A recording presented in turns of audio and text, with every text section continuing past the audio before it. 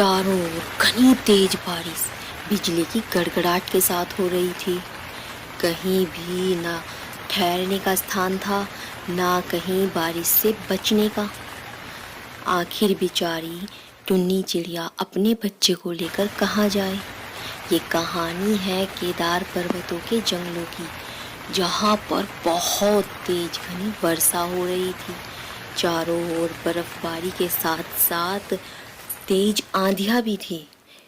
बेचारी टुन्नी चिड़िया का घर उन तेज आंधी और बारिश के कारण टूट गया, किंतु वो अपने बच्चे को लेकर इतने बड़े जंगल में जाए तो जाए कहाँ, क्योंकि उसका घर अन्य पक्षियों के घरों से बहुत दूर था।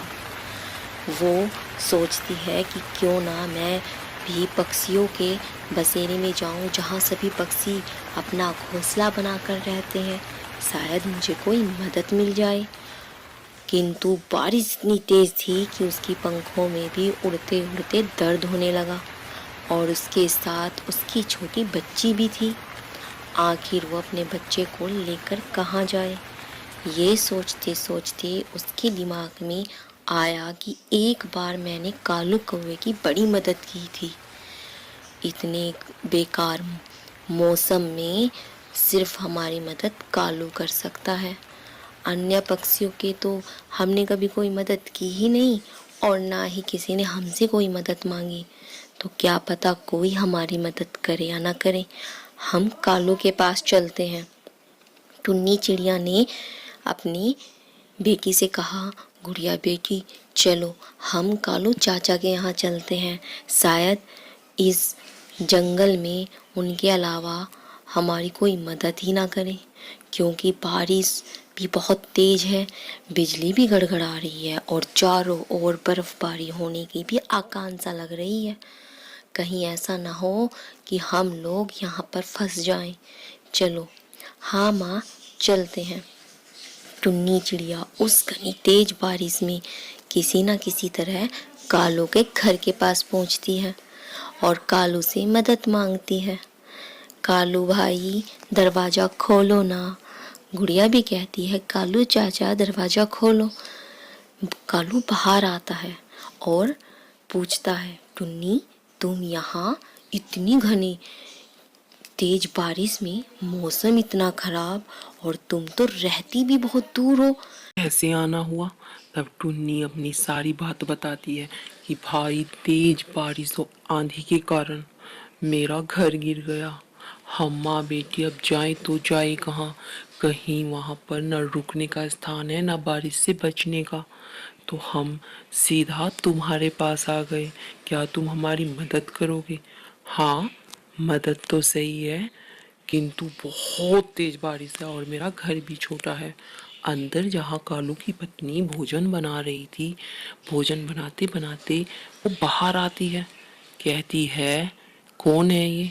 तो कालू अपनी सारी बातें बताता है कि ये वही चिड़िया है, जब जंगल में एक बार मेरे पंख घायल हो गए तो इन्होंने मेरी काफ़ी मदद की थी, और उन्हीं के कारण आज मैं जिंदा हूँ। तब गोरी कालू को कहती है अंदर आना। अंदर जाकर कालू गोरी को कहती है, देखो जी, इस मौसम में ना तो मैं किसी के लिए भोजन बना सकती, और ना हमारे घर में इतना भोजन है कि हम इन्हें दे सकें, ठीक है। और घर भी बहुत छोटा है, ऊपर से बारिश बहुत तेज है। हमने भी अपने घर की कोई मरम्मत नहीं की, न जाने तूफान में हमारा घर गिर जाए वजन के कारण। हम नहीं रखेंगे इसको अपने घर। बोल दीजिए कि हम टुन्नी को अपने घर नहीं रखेंगे। जाइए, जाकर बोल दीजिए। बेचारा कालू कौवा गोरी से बड़ा डरता था। उसने टुन्नी को आकर कह दिया कि भाई हमारा घर बड़ा कमज़ोर है, घर में खाने के लिए दाना भी नहीं है, इसीलिए हम तुम्हें अपने यहाँ नहीं रख सकते। बेचारी टुन्नी चिड़िया बड़ी परेशान और व्याकुल हो गई, क्योंकि मौसम तो और भी ज़्यादा खराब होते जा रहा था। अब वो जाए कहाँ अपनी छोटी बच्ची को लेकर। तब वो कहती है, कालू भाई मैं तो बाहर भी रह लूँगी, किंतु मेरी छोटी बच्ची है, इसको इस मौसम में बीमार पड़ जाना है। अगर आप नहीं रखोगे तो हम किसके पास जाएं। कालू कहता है कि मैं क्या कर सकता हूँ।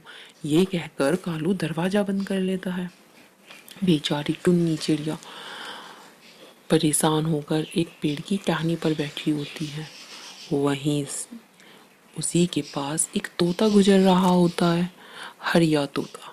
हरिया तोता एक अजनबी पक्षी को अपने जंगल में बड़ा परेशान देखता है और कहता है कि ये कौन है हमारे जंगल में, लगता है मौसम के कारण कोई आया है।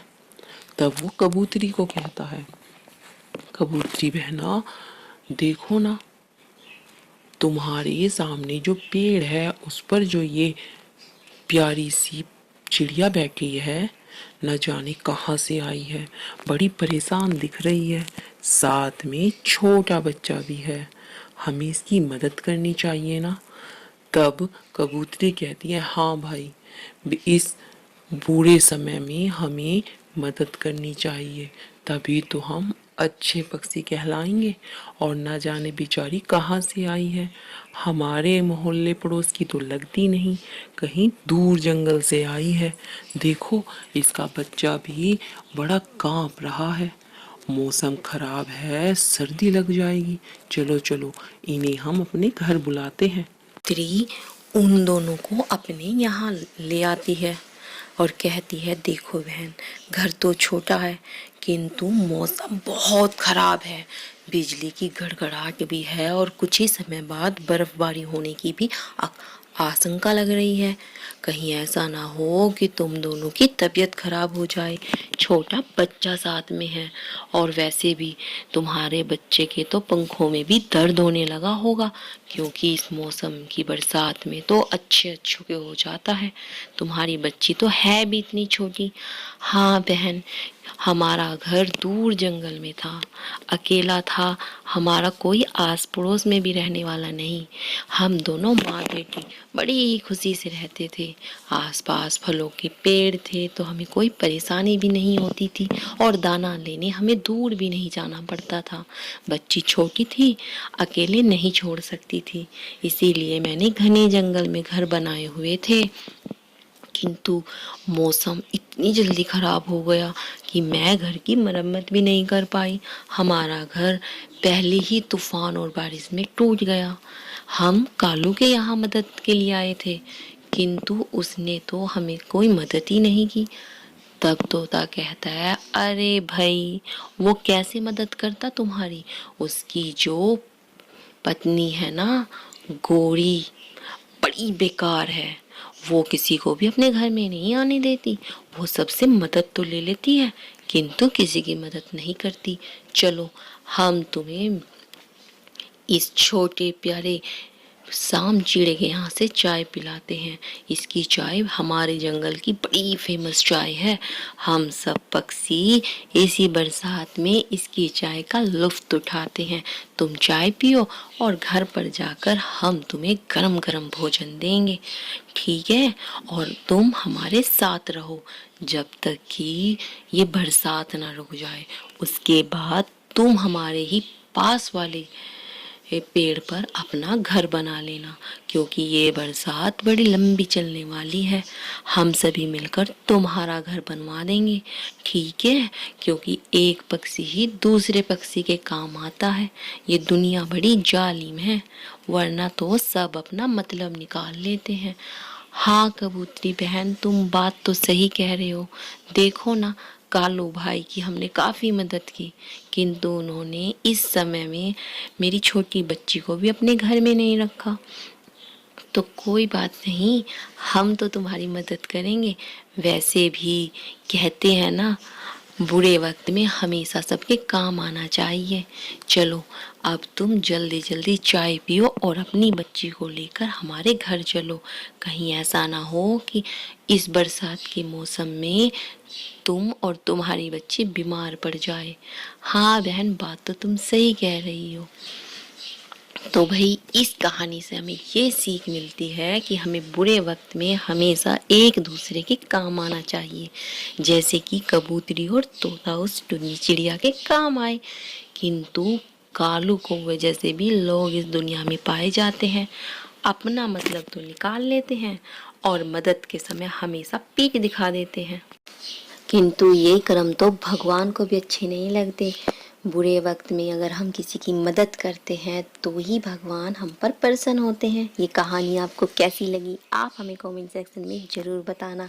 साथ ही साथ चैनल को लाइक शेयर सब्सक्राइब करना बिल्कुल न भूलना। बेल आइकन बटन प्रेस करना ताकि आपको आने वाली वीडियो का नोटिफिकेशन मिल जाए। तो चलिए मिलते हम नेक्स्ट वीडियो में, तब तक के लिए जय हिंद जय भारत।